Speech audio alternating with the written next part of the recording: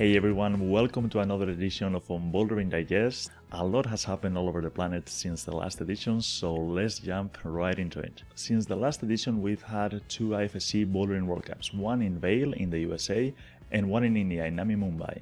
The winners in both competitions were Shona Coxie and Yeonwon Chon. Shona Coxie has secured the overall title already, it doesn't matter what happens in Munich, and Yeonwon Chon is leading the male overall. But Alexei Rubstov and Keita Watabe still have some options. We've also had a lot of national competitions. Some people were telling me that I forgot about the Austrian nationals in my last edition of OnBouldering Digest. I didn't forget about that, it's just that I was recording the video as those nationals were happening, so I didn't know who the winners were going to be. But now I know the winners were the golden couple, Anna Steur and Kilian Fischuber. By the way, the competition took place in Kilian Fischuber's hometown. These two guys have been winning medals for more than 10 years in international competitions. As you know, Kilian Fischuber retired from international comps back in 2014, but now and then he takes part in national events or in open competitions, and it looks like the guy still has it. We've also had the national championships in Russia. The winners were Ekaterina Kiprianova and Dmitry Sharafutdinov. Sharafutdinov has been Russian champion 10 times.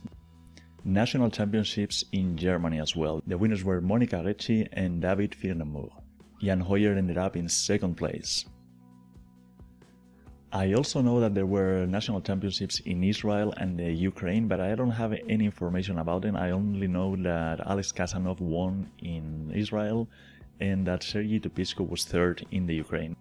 If you have any more information or videos, especially videos about those competitions, please send me an email or leave a comment and I will share them in the next edition. We've also had an IFSC European Bouldering Youth Cup in Portugal. I won't give you all the details about the winners because there are many categories, but in the juniors category, which is the oldest category, the winners were Baptiste Teumet from Switzerland and Johanna Holtfeld from Germany. And take a look at this move by Baptiste Teumet, jumping and skipping several holes to get the top.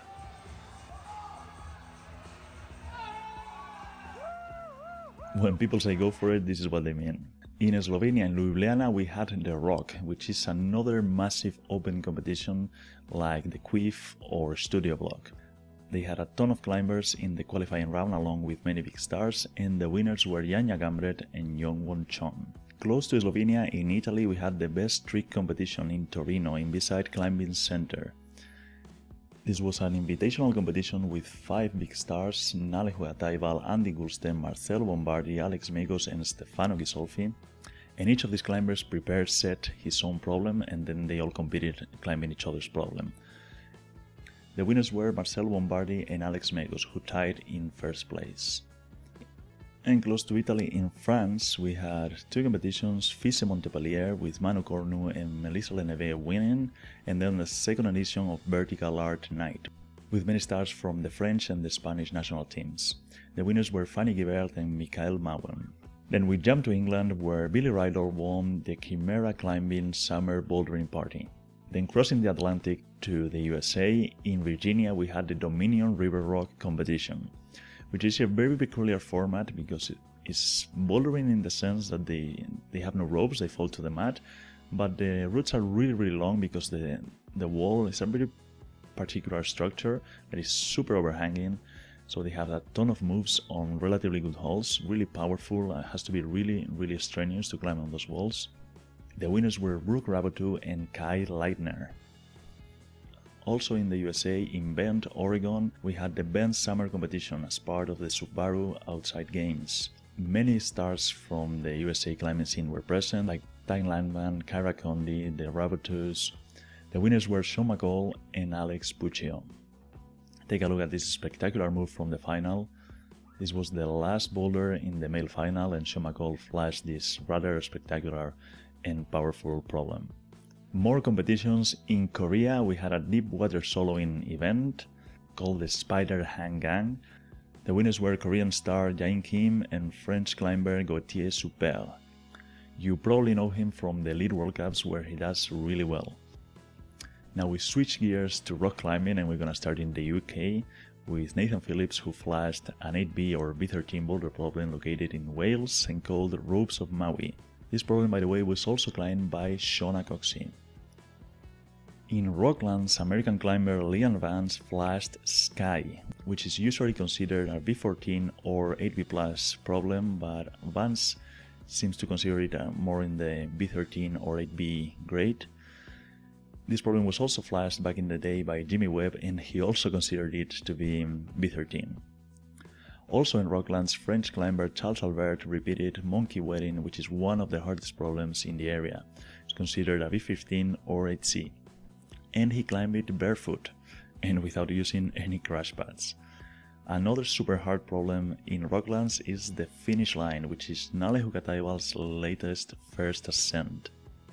He didn't give any grades, but he says that this line is candidate to the hardest problem in Rocklands, so it's super hard. Also in South Africa, but closer to Cape Town, British climber Mina Leslie Wujastic climbed her first 8B or B13 boulder problem called the Pursuit of Happiness. And talking about hard female ascents, Alex Puccio has climbed 3 B13s or 8B boulder problems, all of them in Colorado, starting with Dead Meadow right before the World Cup in Vail, where she was 4th by the way, then Bertos, and finally Evil Backwards. More super hard first ascents. In the Czech Republic, Adam Ondra finished his project Crater, which is a linkage of 2 8Bs or B13 boulder problems. And closer to the Czech Republic, in Austria, Christoph Rauch keeps opening super hard lines. He has 2 new 8Cs or B15s called Carinthian Dreams and Styrian Delirium. And that's it, I think I covered it all. If I forgot about something, please let me know in the comments. And if you want to know more about any of this news or watch some of the videos, follow the link in the description. If you're new to the channel, make sure you subscribe, and I will see you in the next one. Take care.